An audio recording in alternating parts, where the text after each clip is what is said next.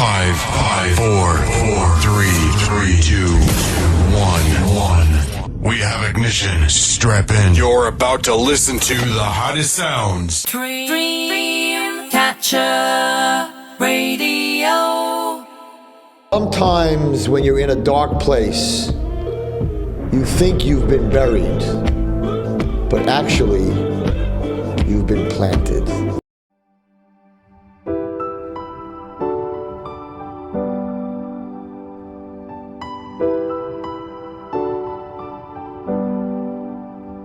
Well, I won't back down. No, I won't back down. You could stare me up at the gates of hell, but I won't back down. No, I'll stand my ground. Won't be turned around, and I'll keep this world from dragging me down. Gonna stand my ground.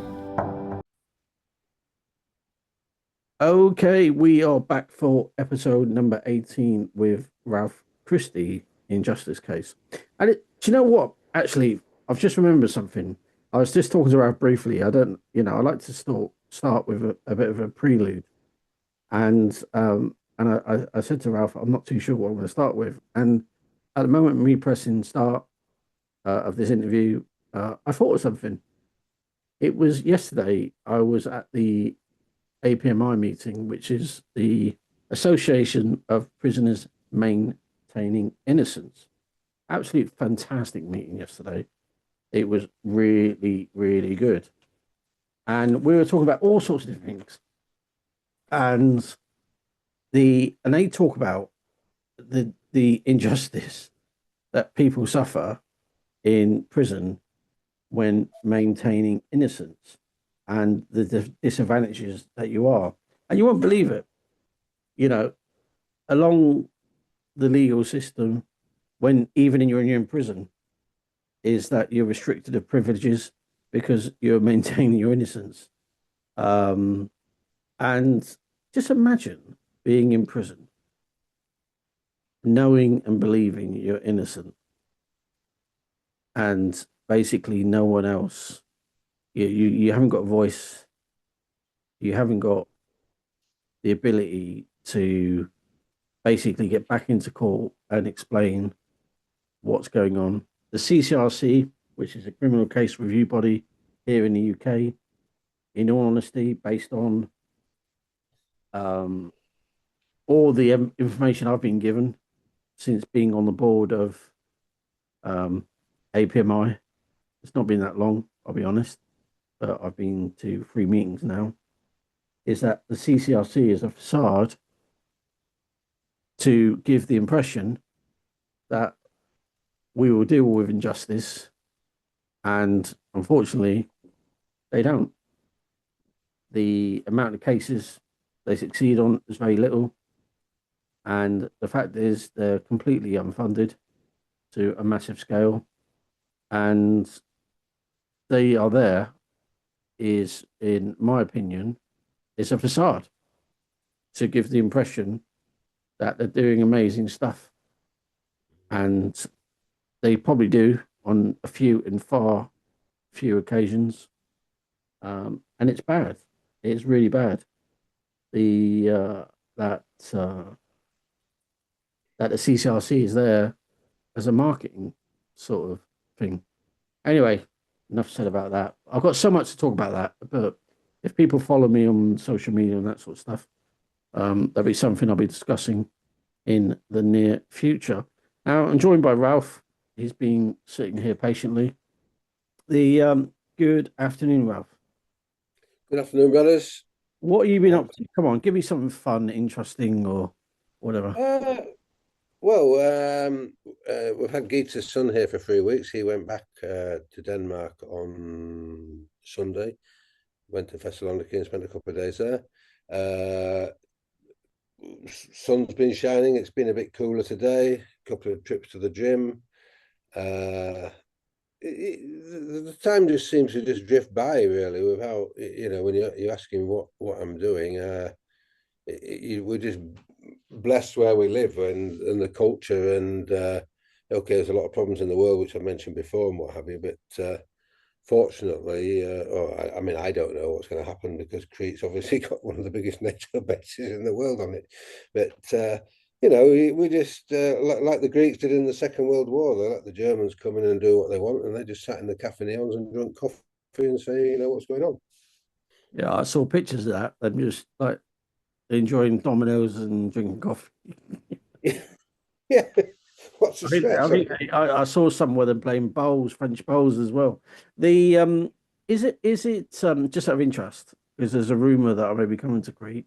The is the do they have like beers like they have in Czech, or do they drink like they drink in Czech Republic?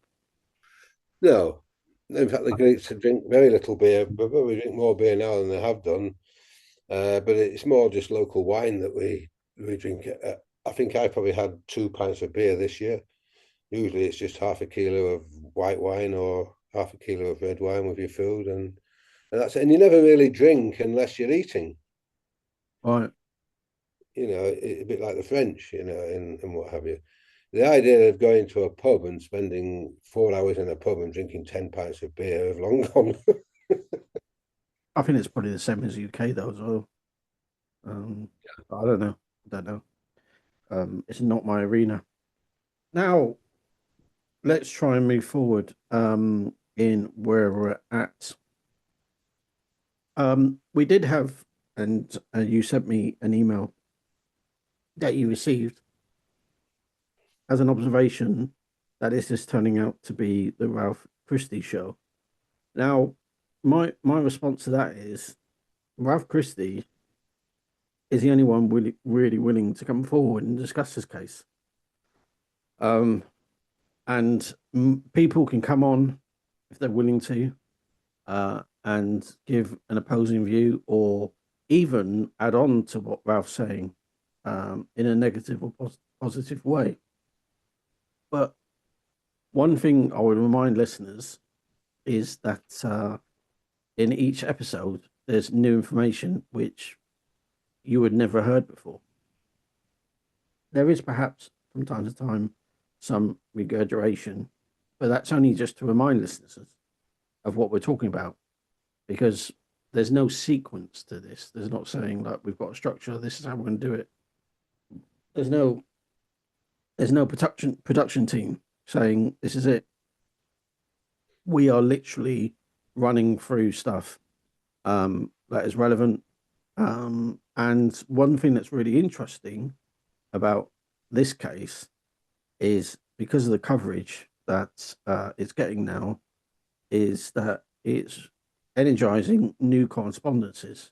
So even though we haven't finished off the old stuff, we're getting more information coming through now, which I think is very helpful.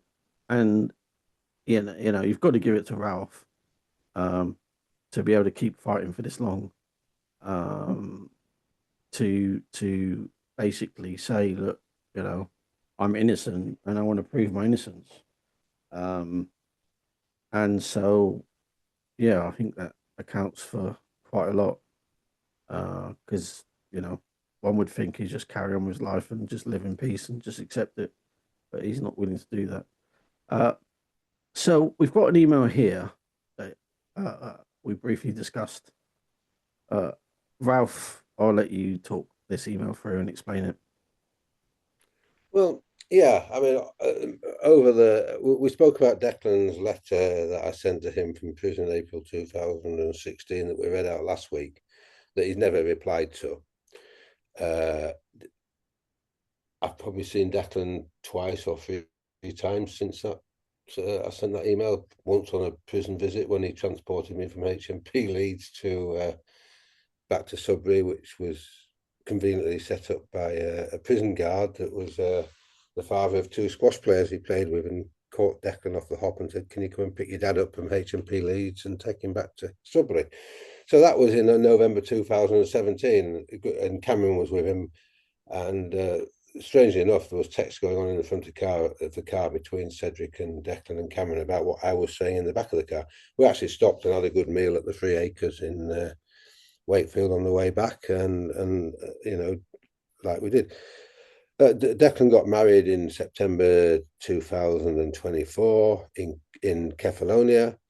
He's obviously still got his Greek connections, be them not in his Greece connections, be them not in Crete, but now in Kefalonia. I wanted, am I going? Am I not going? No, he said, no, you're not coming.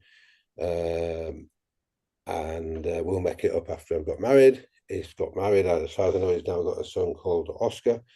And if anything is mentioned about me trying to get in touch with him or whatever, it's just a total no-no. What's interesting about this email is, and I think that people like David Campion have reached out to Declan, who was he's a legend in squash. He was his coach since he was a 5-year-old. Randolph Victor, who was another great friend from Bradford, has reached out to him. Dave Johnson has reached out to him. And obviously Jeff Brown listened to the programme last week, decided to send this email out last Friday. So it's all part of the kind of setup that's okay. We know about Cedric being corrupt in 2008 and being investigated by his own police force, which he admitted in 2021 he was bent. But as we move on into this series today, we're going to move on to how Simon and Stephen Thomas totally trusted me with, like, well, if we said 2 million or 3 million in Crete, was the start of the problems for me, regardless of Cedric's admitted criminality, and then Declan jumping ship in December 2013. So, do you want me to read the email, or you? Yeah, go ahead. Yeah, go on. Okay. So it's titled from Jeff Brown, from his usual email address, 13th of March 2026, 1807. Subject: I think you are probably totally innocent. And it's just sent to Declan on his personal email. And it says, "Hi, Dec." And bear in mind, Declan and Jeff Brown have known each other. Well, if I said 20 years, it's probably longer, because he used to play squash with Declan, with Jeff Brown's son, Alistair, at Queen's in Halifax when they were 5 years old. So there's a long history between these. So it's not just an out of the blue email. Okay, hi, Dec. How are you? Enjoying married life? Baby on the way yet? Well, we know he's got a baby now. Jeff obviously doesn't know that, but that's happened. I have been reading and rereading many of Ralph's emails and listening very carefully to your radio interviews on Dreamcatcher Radio. Oh, sorry, mine. Yeah, mine. Yeah.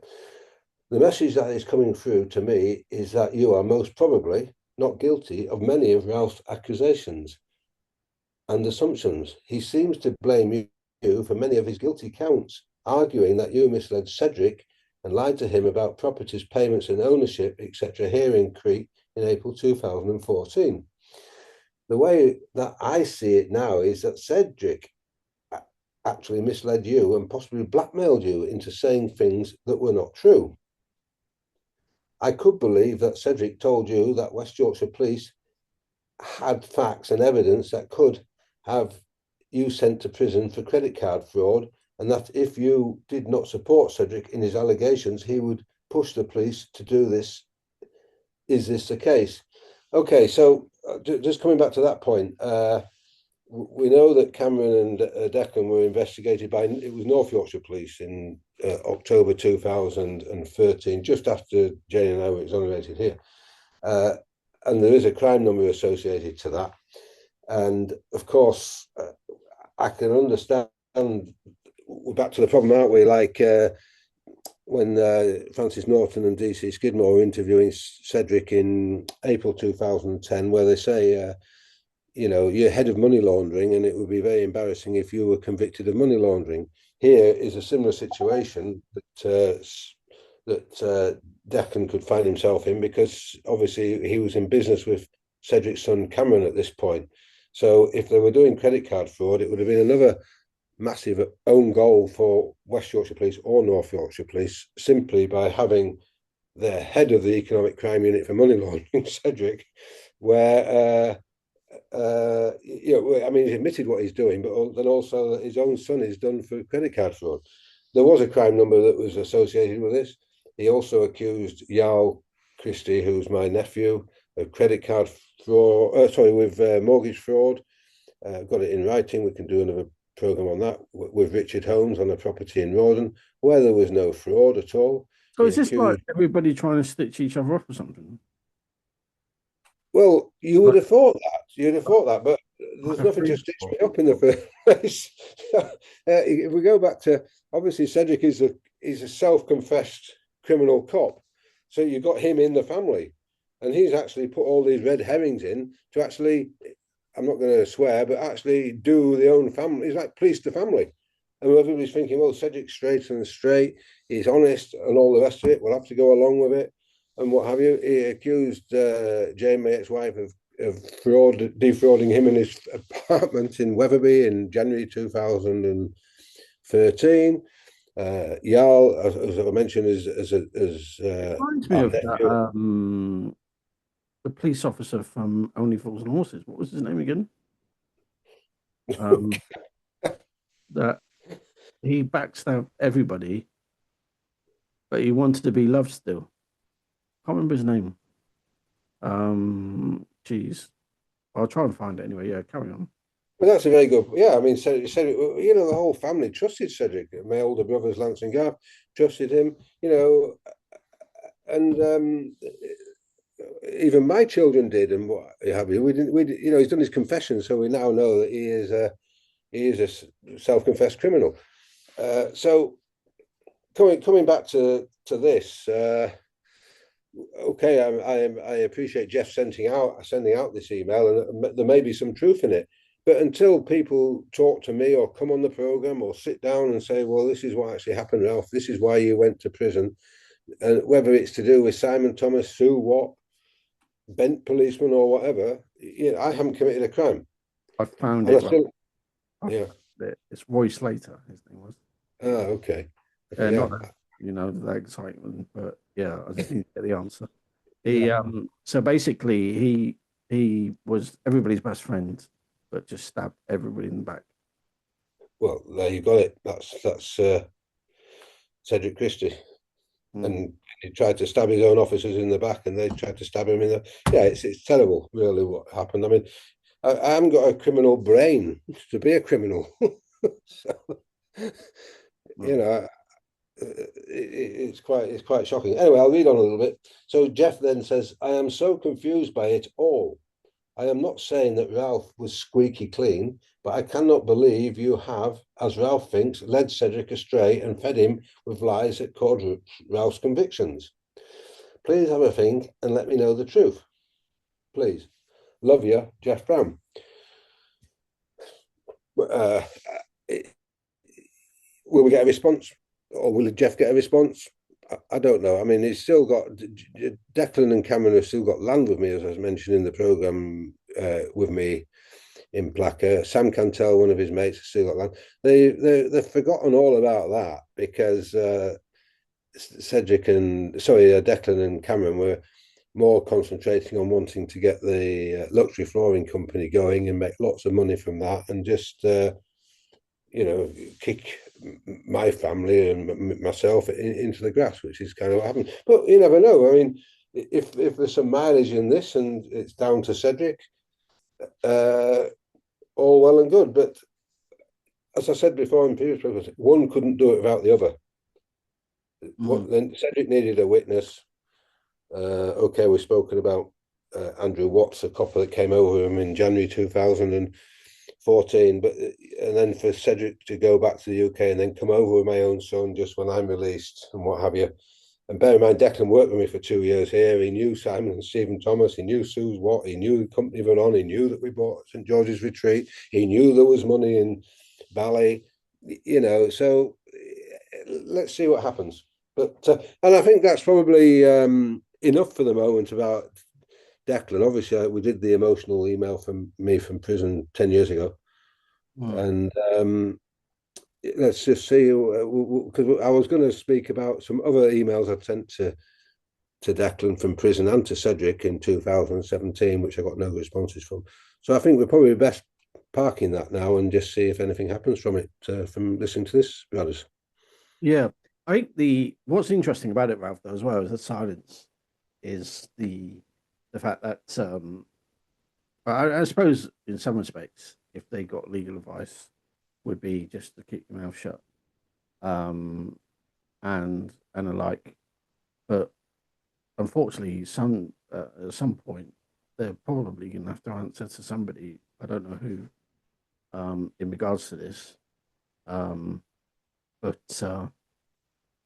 it's definitely what people need to understand. As I said at the start, is that you're not laying down and giving up the gauntlet to basically seek recognition of that you're wrongly convicted.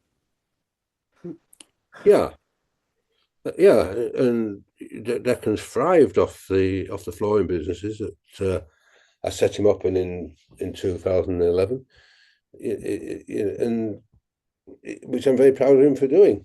But well, it'll sort itself. It'll hopefully sort itself out. I mean, it will be the investigator that's done about, well, he must have done 15, 16 articles over the years, and is highly respected for what he does. He contacted Declan 10 or 11 times asking him to answer what he was writing, and Declan just wouldn't have anything to do with him either. So, but there is a small window there for Declan to say, yeah, I'm here, Dad. Yeah, it was Cedric. They did do this and do that, but it's about getting to the truth, isn't it? Without suckering up to people that have actually put me in prison for crimes that they knew I didn't commit. Yeah. So what we're going to do next that you want to talk about? Well, if you go lower down, I've sent an email to Simon Thomas, who apparently is in South America somewhere, who's a brother of Stephen. Now, the thing is, I never knew Stephen Thomas until April 2006. Knew nothing about him or whatever. Certainly didn't know that he'd raped his wife or was gifted any money from his dad and all the rest of it. I've known Simon since he was 18 years old. We've been on holiday together. He's bought an apartment here. This is the email dated 17th of March. Yeah. I built him a villa here. Vast number of people. Yeah, he's been to, it's the one I send out every week. He's been to, birthday parties, as I said, and weddings and all the rest of it. A very, very close friend.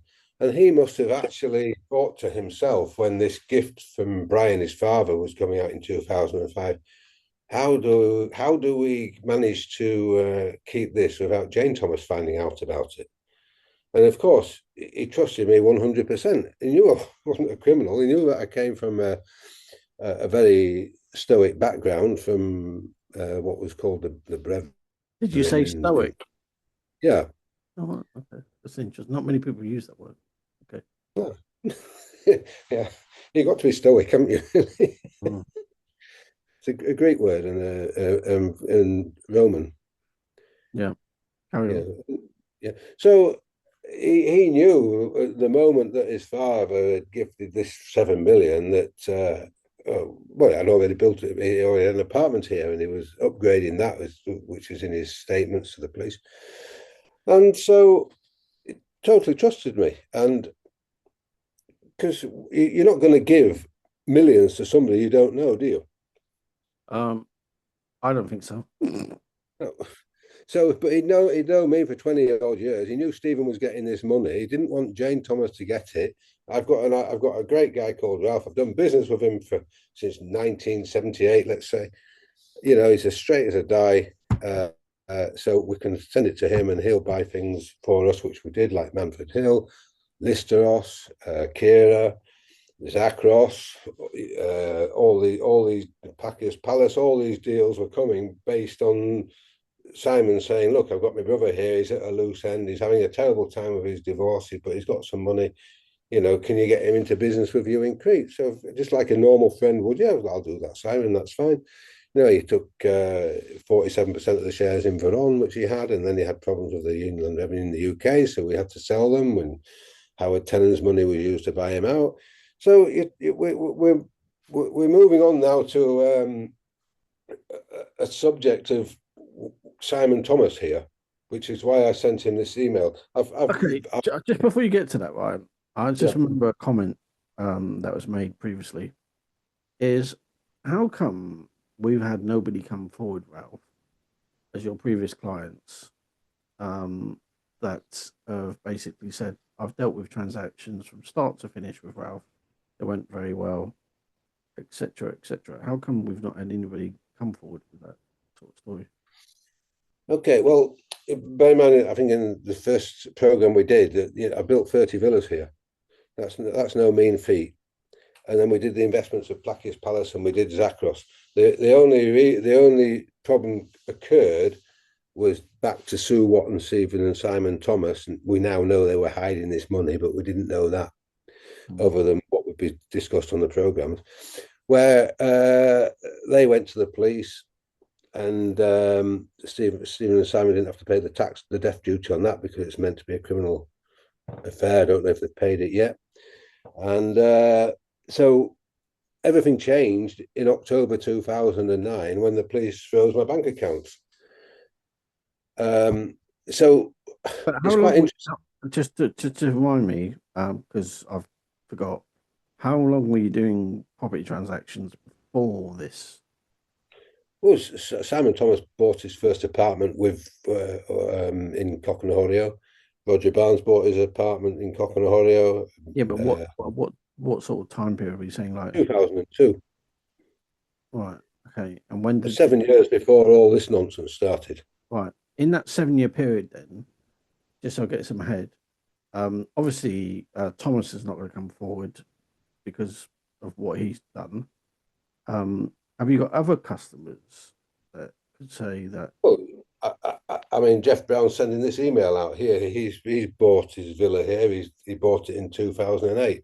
If he hadn't have completed by 2008, he might have been caught up in the quagmire that West Yorkshire Police caused by stopping me from doing the mortgages I'd arranged for another 10 clients, and he would have been caught in no man's land. He's There's many people like the Berretts, Roger Barnes and Carol Barnes, his wife, Neil Waite, Paul Challoner. The names are all there that had properties sorted out by me from 2002. The only problem we've got is like the people like Paul Walker and Mario Cercioni, who hadn't actually completed their deals, and they became prosecution witnesses. They hadn't completed their deals and what have you, so they were caught the wrong side of. They were led to believe that I had criminalised them because of the lies from Cedric and Andrew West and Simon Bottomley, Romana Senior in April 2014. So there's many people before, and there's a lot of people still trapped in no man's land. I mean, a friend of mine spoke to Mario Cercioni and Paul Walker just after Christmas at the Fleece in Ripponden, and they're still adamant that I owe them money. But those are two guys that went into Bradford Crown Court with 7 counts that I got not guilty for all of them. I can't, that means that I didn't take anything off them, but they're still saying in 2026 that I still owe them money. We've only got 4 minutes left, but I just remembered about something. I got some final legal advice on the audios we've got in relation to the dodgy solicitor, and we definitely can't publish them. Okay. Which is such a shame because it's gold. Yeah. And I tried, said, well, can we use alternative routes? And the legal advice we've been given is no, as in no. Okay. Which is such a shame because of what was discussed there was pretty epic. Yeah. But we've got part 2, and we've got some emails from Stephen Thomas to Nikos Adakis in 2007. Give Ralph 120,000, give Ralph 130,000, give Ralph 70,000, and all the rest of it. Because they totally trusted me with this money, and I put it exactly where I said I would put it. There was no fraud or whatever. So, in a roundabout way, he's compromised. The thing is, what annoys me the most, Ralph, right, is that you've got an identifiable issue here, which exposes complete corruption, right? But because the method that was used, without telling someone that you're recording them, it can't be used as evidence. And I just think, but this is the best evidence ever. And Tarani and Grattage and Tayab Ali, my defence at Bradford Crown Court, all listened to it, and they knew about it 6 months, 9 months before the trial. And then Andrew West wheels him in as a prosecution witness in Bradford, and so does Cedric, working with Romana Senior, knowing that he heard that. Yeah. Well, Cedric recorded him. Yeah, this is a problem, isn't it? It's just a massive stitch up. I was just a lamb to the slaughter. It really is shocking. I was surprised because I actually, went to a number of barristers and I said, "Look, I've got this. Have a listen to it," and they were just like me, absolutely flabbergasted. And I said, "Is there a way I can publish it?" And all of them, I spoke to 2. Granted, one was in a cafe. And none of them gave me advice. It was just like me talking to them. I said, "Listen to this," and they did, and they said, "No." And how horrific that my own brother then records him in May 2013. Then he's quite happy to let him be a prosecution witness at Bradford Crown Court, knowing that he's got 485,000 of my client's funds, including 200,000 belonging to Howard Tennant. It's disgraceful. But the way that it was portrayed to the court was, well, this is a lawyer from Greece. He's a lawyer, so we can trust him. He's speaking the truth. He's saying Mr. Christie told him to write the receipt, but he never gave him the money. Well, yeah, but the guy, I can talk about it. I can do this bit. The guy even talks about he can buy judges. And he's thinking, "Oh my days." Well, Dr. Tommy Sophos, who defended me, when he heard that, he says, "Don't come anywhere near Ralph's trial, else I'll close your business down and you'll go to prison." And Dr. Tommy Sophos is one of the top judges in Greece. So, but then of course we need to go to a break, Ralph. What was your first? Okay. I think you've had Paddy's Day over there, haven't you? We did. I think it was a couple of days ago. Yeah. Okay. The Proclaimers. I'm going to be 500 miles away. Okay. Do you know this song? I have not heard it for a long time. Okay. Are you a Guinness drinker?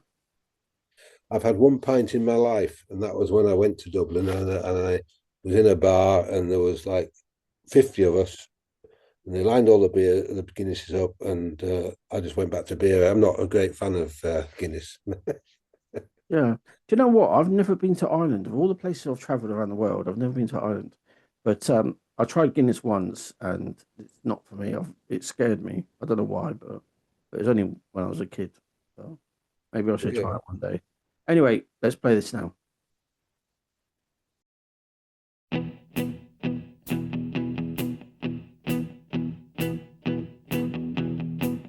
When I wake up, well, I know I'm gonna be the man who wakes up next to you.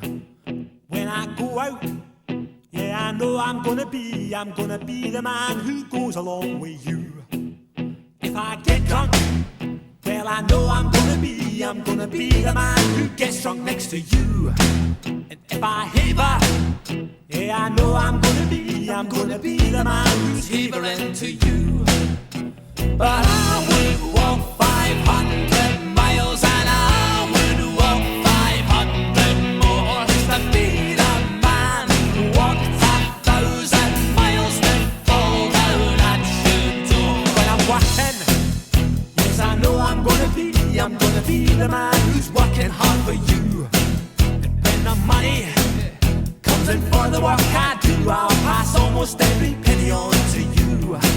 When I come home, oh, I know I'm gonna be the man who comes back home to you.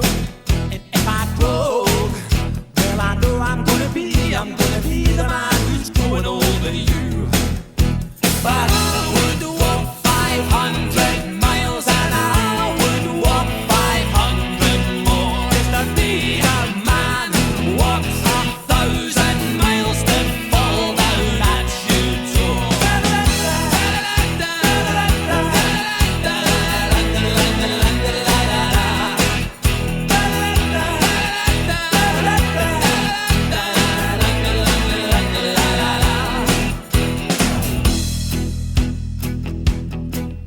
When I'm lonely, well, I know I'm gonna be the man who's lonely without you. And when I'm dreaming, well, I know I'm gonna dream about the time when I'm with you. When I go out, well, I know I'm gonna be the man who goes along with you. And when I come home, yes, I know I'm gonna be the man who comes back home with you. I'm gonna be the man who's coming home with you. But I would walk 500 miles and I would walk 500 more just to be the man who walks 1,000 miles to fall down at your door.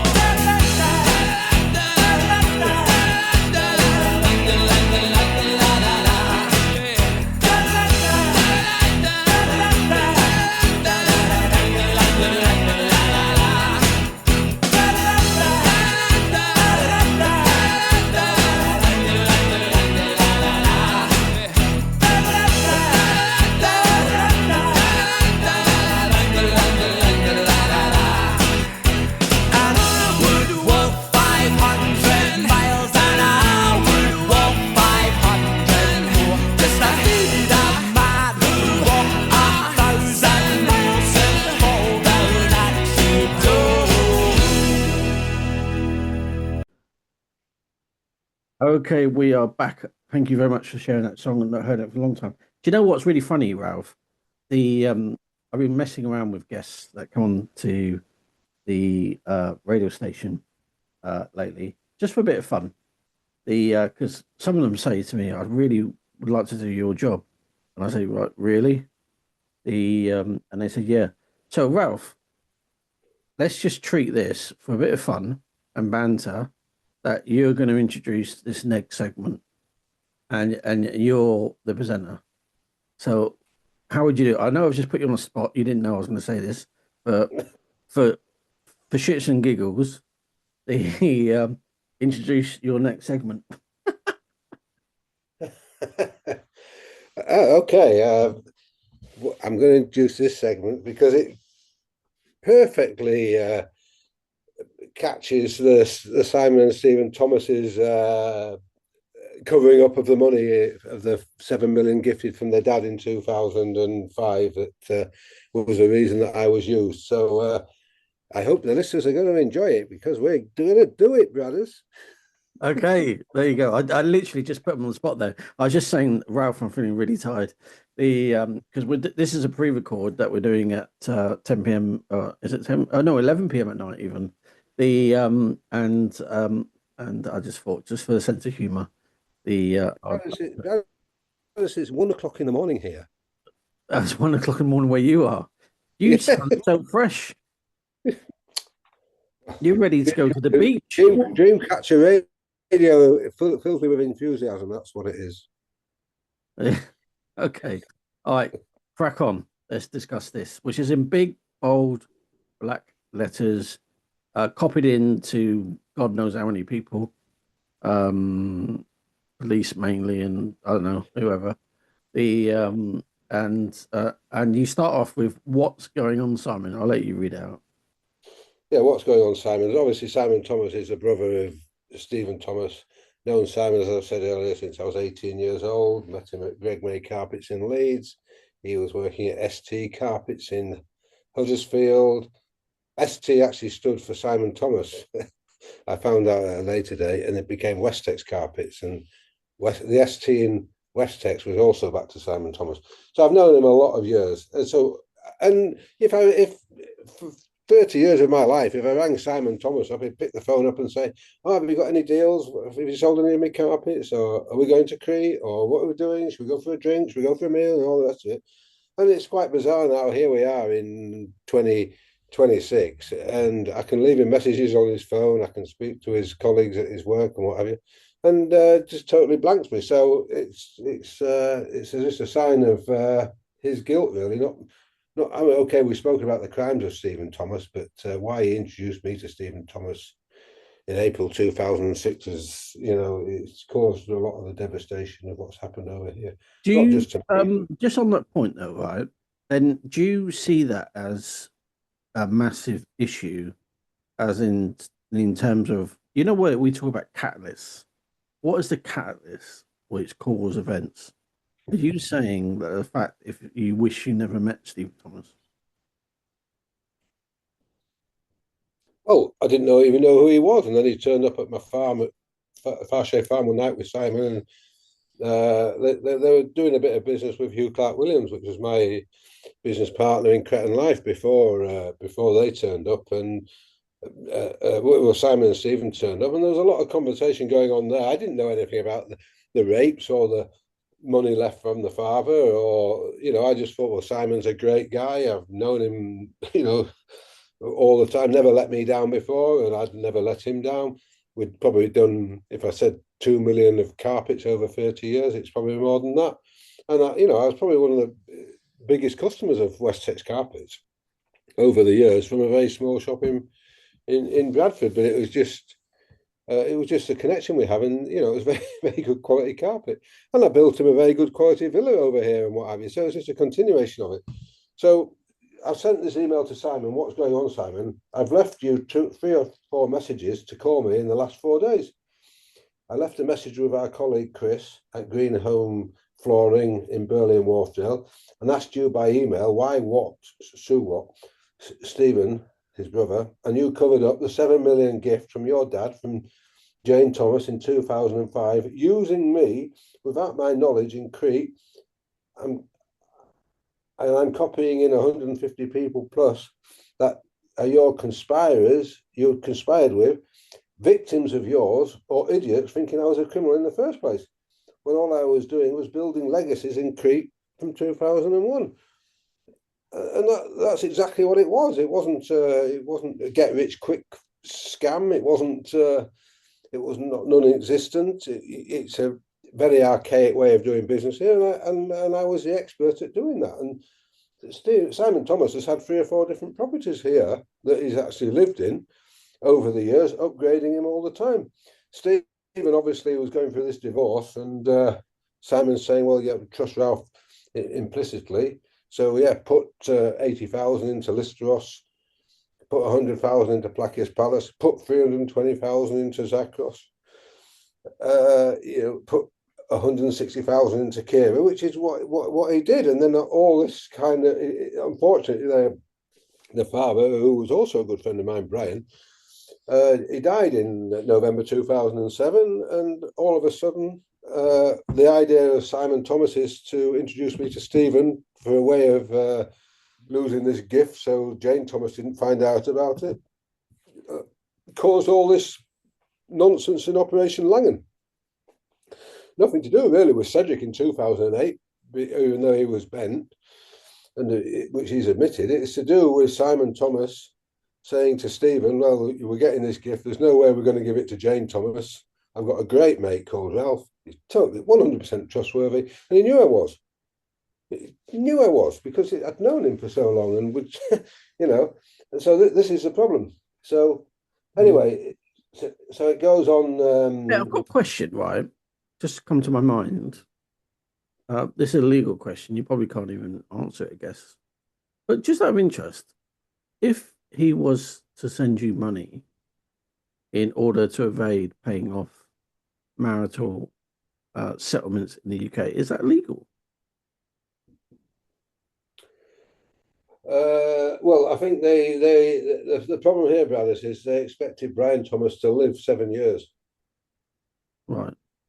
Brian Thomas and his wife Geraldine came over as well with them, and I met them in Bradford. I didn't know it was all about defrauding Jane Thomas. I didn't find that out till I February believe you. 2010. I believe you on that because there's enough evidence to support that. Yeah. So yeah, it was just a scam on Jane Thomas, really, and there's no doubt that Simon didn't trust me 100% because he's already bought an apartment here and upgraded him and built him a villa here. He's thinking he's loving it. It's Simon. He's coming over, he's enjoying the sun, drinking wine, meeting friends, which is what we do here. And then he suddenly thought, well, he's gone back to say to Stephen, look, I've got this great mate called Ralph. He's totally trustworthy. We don't have to give Jane Thomas any money. Send it over there. She doesn't need to know about the gift. And this is where the real crime is. Right. Okay. Carry on then. Okay, so in the attachment, Simon, dates and figures don't lie, like Sue Watt and the Thomases. Money evidencing coming to Crete in 2006 from your late dad, Stephen, and you, before Stephen lied to the judge about no funds coming to Crete before the 2nd of January 2007, that he swore under oath he'd never sold, which we've dealt with in a previous programme. Stephen and your funds going directly to New Century Homes for the St George's Retreat in March 2009. Your 150k going, this is sterling, going to Stephen and on to Hockley, 8th of the 4th, 2009 from Barclays Bank account for €192 cash here from Hockley's villa sale given to Stephen by Nikos Sodakis, our lawyer, the same day. An unlawful conviction of 5 years on count 13 on me by Watt, Stephen and you, 22nd of the 2nd, 2015 at Bradford Crown Court. So this 150,000 that I got convicted for, I never saw it. He sent it to his brother. I got 5 years for it. Incredible how I wasn't defended by Tirani and Grattage and Tayab Ali about this, but they're all, you can imagine, can't you, in November, December 2014, you've got Romana Senior, you've got Cedric, you've got Simon Thomas, you've got Sue Watt, you've got Stephen Thomas, you've got Maya, you've got Nikos Sodakis involved, you've got Tirani involved, you've got Grattage involved. They're all just trying to think, well, we've got to get Ralph into prison for somehow. So they're actually concocting this conviction with these criminals. This is most of what happened. I'm going to court thinking, well, 150,000. How could, it went to Hockley, and I've got the paperwork in one of the attachments. I'll show you. So to me, this is just complete nonsense. Anyway, let's just move on. Okay, Stephen asking Barclays Bank Wealth, 16th of the 3rd, 2009, where to stash his mother's, Stephen, and your family cash in Crete to stop paying the 40% death duty tax, and then later, May 2009, criminalise Snowball, who was my ex-wife, and me, so you don't have to pay the 3 million plus tax, because it was 40% of the 7 million. This is right into how this happened. The receipt Alan Thompson signed on Stephen's Kira deal, February 2008, after Mario Churchioni, Adrian Clark, Stephen and me paid a total of €570,000 to Alan over 9 months from May 2007. This is included in the attachment I'm showing you. And that went through the Greek courts as perfectly honest as a genuine receipt and the Bradford Crown Court. So there's just no doubt that wasn't a genuine receipt that was issued in 2008. Anyway, there's a lot more to this, Simon, like the Swiss bank account Stephen emptied when we went to Gestad with John Jessup to meet Pat Brownett and Prima Fratelli on her business, also in March 2009. And I'm not saying Stephen did it. I agreed that Stephen could empty the bank account. It was part of a deal that we did. We had a Swiss bank account that we set up. Declan was playing squash in Switzerland 2007. We went to watch it. We opened a bank account. We put some money in there and took it out, put some money back in and all the rest of it. And on that particular trip, he knew about the Hockley deal.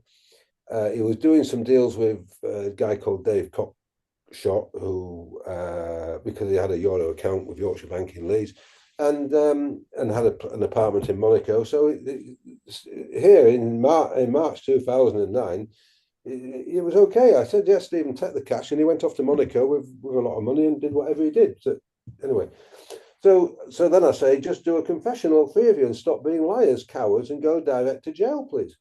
Crete was not about your three criminalities, what, Stephen and Simon. Thanks, Bill. So, you know, it's like every email that we send out every week, we've sent them to Tayeb Ali, we've sent them to the Mayoress of Leeds, we sent them to the Chief Constable, we sent them to Romana Senior, we sent them to Cedric, we sent them to Declan. You know, what's up with these people? You know, why can't they answer a simple email? All of these people are all part of my life. If I rang them up, they would say, hello, Ralph, yeah, hi, it's nice to see you and all that. Now they're just all hiding under, well, they're all in, as far as I'm concerned, they're all hiding in the sewer. Mm-hmm. Yeah, I'm guessing that, you know, if nobody's interested in it, you know, joint and severally, you know, they acquiesce to the fact that what's the point of applying? Yeah, but you're talking about lifelong friends here. You're talking about brothers. You're talking about sons. Yeah, but that's life, though, isn't it? Sadly. Well, yeah, but you don't expect. You know, when you have a family, you don't expect your family to criminalise you, do you? You think they're the safest people. One thing I can say, in my personal opinion, for loyalty, British English families are the worst. They really are the worst. And so, that's just my opinion. I know lots of different family units, and different cultures are far stronger than British families, that's for sure. Yes, yeah. And I think, so, like we said, I mean, we had this, he was diagnosed with his morbid jealousy. He was diagnosed with being suicidal, obsessive behavior, and what have you. So, you know, you're growing up with, you've known your brother since he was born, aren't you? And then all this carries on when he's a police officer. I'm doing business in the flooring trade. And then I've come over here and I'm successful. He's doing his mundane job as a police officer in uniform, out of uniform, and all the rest of it, set salary.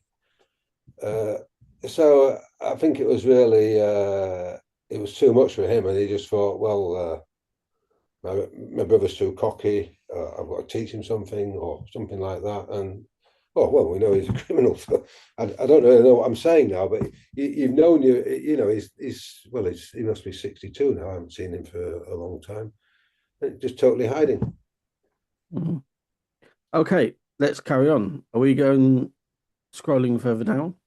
No, we'll do this attachment of that I've sent you, brothers. It's just email from Stephen Thomas to Savakis, who was the bank manager in Hanya.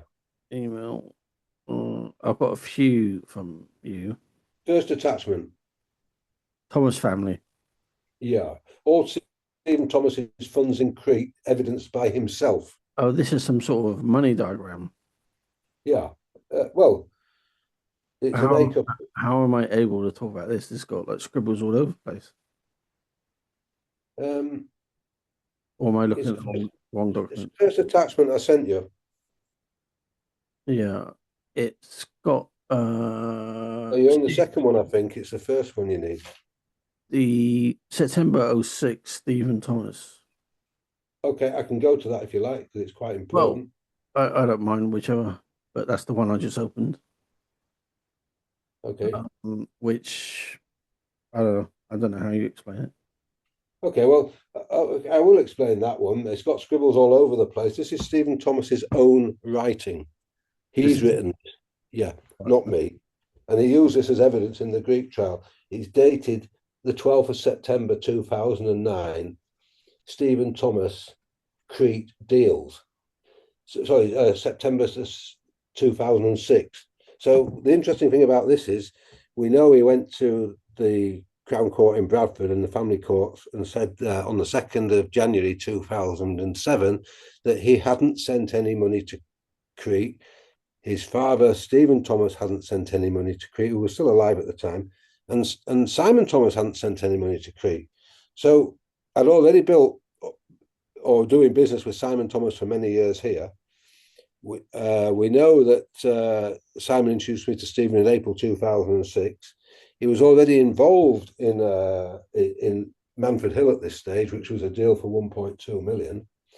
And this is his own handwriting, so he can't deny it. It's not, it's not an email or anything like that. And it just says money that's going in. And he's even put the initials of BVT, which I presume is his dad's email, 614,918. Then SCT, which is Simon Charles Thomas's brother, in 123,474. This is without his money. Now, he's put the hotel in the south, which is Placius Palace, 87,000, because we just bought that then. A house in the south, which was Listros, 36,000. 4 apartments in Almerida, 59,000, total 620 for the lot. Then he's put 433,311 out, and then 292,772 sterling in. Simon owes me 300,000 euros on the September to fill in the money worth sent for the hotel. Notes, I need all documentation signed by Ralph or by Manfred Dull as soon as possible. So the point here is this is his own handwriting, that I showed to Gratis and Tirani before the trial, 12th of September 2006, that is produced for the Greek trial here. So he's gone to swear on the 2nd of January 2007 that no money has gone to Crete. We've got evidence in his own handwriting here that over $1 million has gone from his father and from Simon. So that's why I wanted to point that out. Well, in all honesty, it's pretty straightforward. He definitely sent money to you in Crete. That's well, like you said on the previous program, somebody knows if they give you $1 million squidly. Yeah. So of course I knew it, but then suddenly I meant to have said that I'm not giving it back, and all the nonsense that he said for the trial. But it was nothing to do with that. It was to do with, unfortunately, their father dying, and to cover this death duty tax, because 40% of 7 million is over 3 million. He's already given me, as we've just read out there, over 1 million, and then Jane Thomas has suddenly found out about it, and she wants her share. If it is correct, though, right, that he's managed to pull this off, right, it's pretty fucking epic, isn't it? That he's managed to cover his ass in regards to rapes, cover his ass in regards to financial fraud, and God knows what else. It's more serious than that, brothers. It's his brother that's covered his ass for rape. It's his brother that's hidden the 3.5 million. I didn't know who Stephen Thomas was. If I'd have known anything about Stephen Thomas, I wouldn't have even let him come to my farm in Bradford. I would have had nothing to do with him whatsoever. And there was some odd carryings on here when we're meeting clients and things, what have you. I can remember there's Alison Ray, who was a squash player from Queen's Club in Halifax. It was a friend of Dave Campion's, came over, and I think she bought a house and had some money back, and she said that he was like a leech all over her and the rest of it. And there was an episode with Declan at some stage, which I kind of, there's something more to the Thomas families and that I didn't know about until I didn't know about it until all this nonsense started out that I was a criminal. Okay, what's the next attachment we're going to talk about? All Stephen Thomas's funds in Crete, evidence by himself.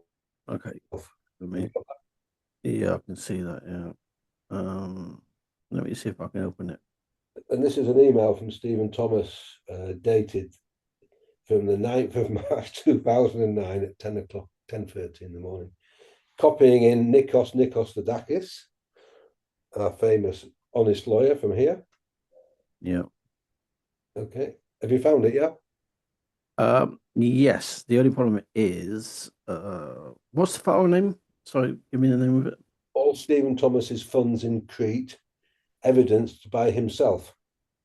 Because I've downloaded it, but it not allowing me to see it for some reason. All right, you're gonna have to just talk about it. Okay, so he's CC'd in Nikos and Nikosadakis, who was both our lawyers, because we were working together in a partnership, heavily involved in Veron as well and other deals. And the subject Stephen's put is my account. Dear Vasilis, now Vasilis was the bank manager at Piraeus Bank in Hania.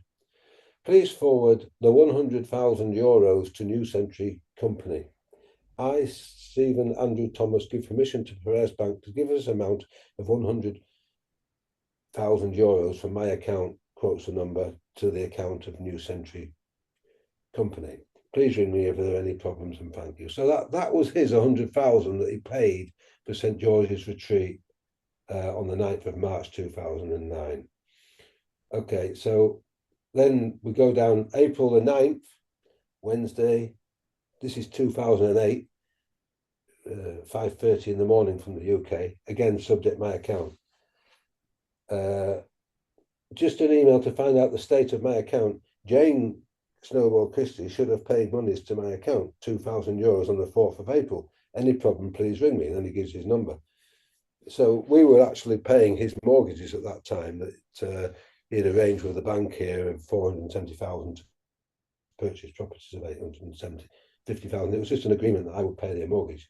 So Stratasys, the same bank manager to Stephen Thomas, the following day in the morning says, yes, they have transferred from that account 2,000 euros on the 4th of April. Regards, Vasilis. Okay, so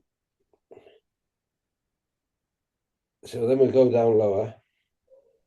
This is another one.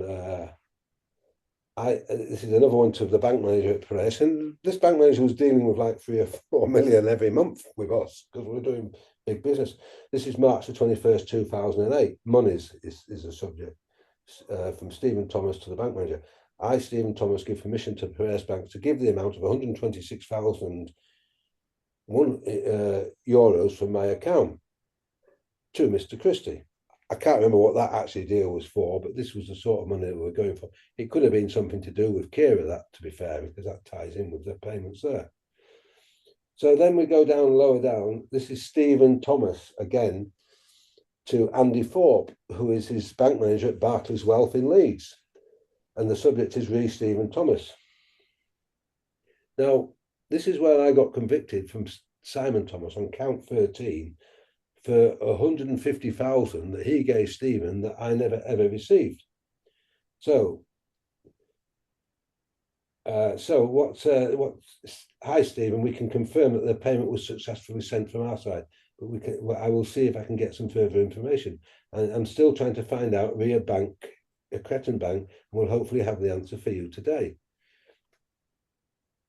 So, and above that, Stephen Thomas says, dear Andy, new details for 150,000. The account, if it needs to go to, is Nationwide, Mr. Brian Hockley, sort code 070116, account number 44772681. Is that the same sort code that you would recognise yourself? No. Okay. No, but this is Stephen Thomas. Simon Thomas has given him 150,000. Stephen Thomas has received 192,000 from Mr. Hockley in cash from Nikos Nikosadakis and Alan Thompson on the same day or the day before or a few days or a day after. I can't remember the actual time of it.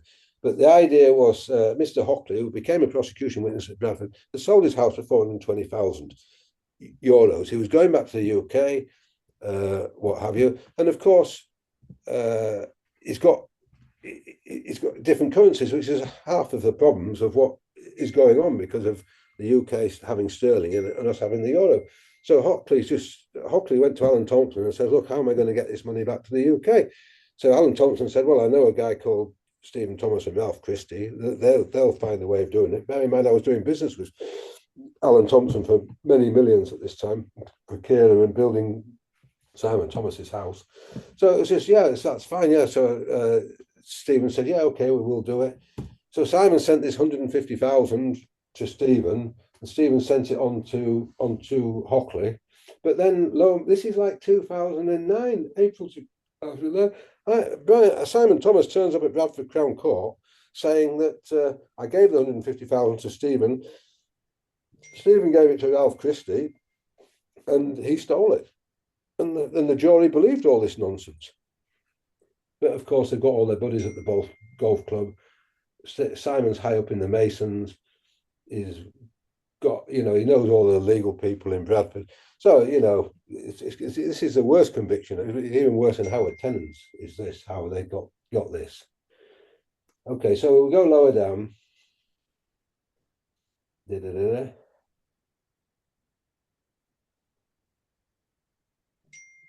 Okay, we're now here. Lower down, we've got investor, Stephen Thomas, 050309, 89,500 sterling, which is a payment I read out earlier, higher up, Yanis Demitakis.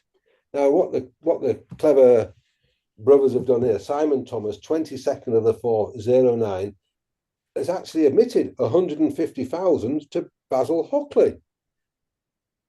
You can't argue with that.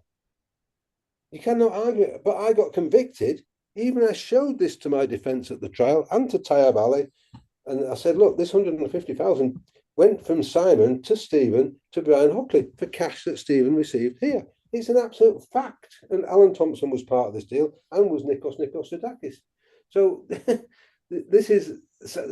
Simon Thomas is to blame for this, because he's happily walked into court at Bradford Crown Court saying that he gave it to his brother and had stolen it off him, which was complete nonsense. The next one lower down is from Stephen Thomas, 24th of December 2006, 9:30 in the evening.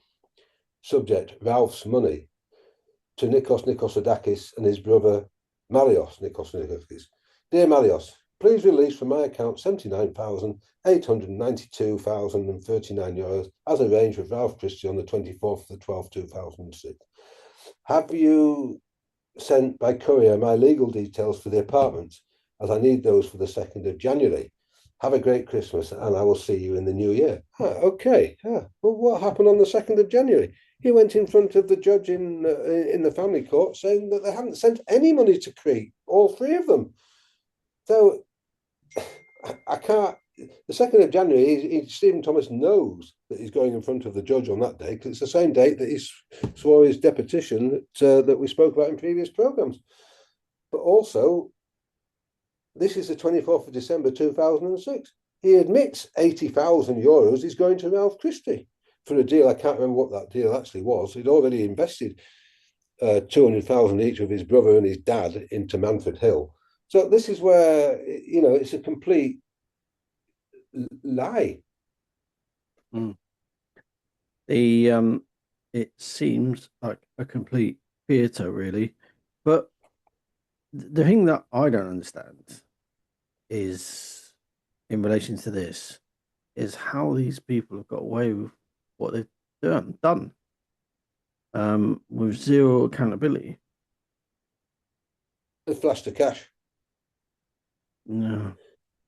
So we spoke about the cash that Wessex Carpets was sold for in December 2013, 15 million. Simon Thomas sold his house for $500,000 here for Alan Thompson. And, people will flash cash if they don't want to go to jail.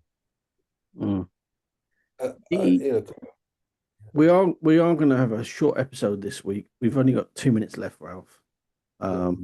It's only because we're doing it late at night, and I really didn't want to let the listeners down, because they look forward to hearing your show.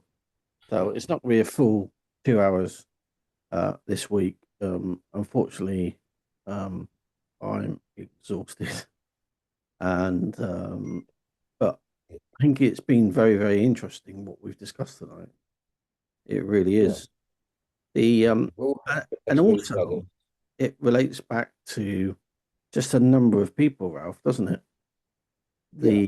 And whilst we've discussed a couple of people tonight, we need to remember, I think the biggest issue in this case is West Yorkshire Police.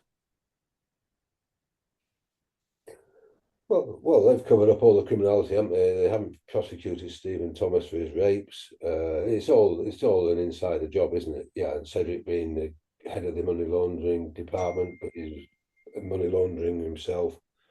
Yeah, they're just Ralph Christie's a nobody, so just put him in prison for 7 years and he'll go away. But I think if I lived in the UK, I'd have probably been bumped off by now. Maybe, I don't know. I still, I remember that, with the Iraq War. What's his name? Dr. David Kelly. He definitely was bumped off. He was definitely bumped off. He had no reason to commit suicide whatsoever. I mean, I'm not a supporter of Starmer at all. And he's involved in this with his contacts with Sue Watt, but I think it's quite correct. I mean, I don't like the guy, but it's quite correct that he hasn't jumped into it with 2 feet like Blair did in 2003 or 2004. Yeah, I mean, the people will accuse me of being a tinfoil hat person by mentioning that, but it's just true. He was trying to tell the truth and he got killed for trying to tell the truth. I mean, it's totally different level to what you're talking about. But the fact is, justice is for few, not the many. And justice should be there for everybody.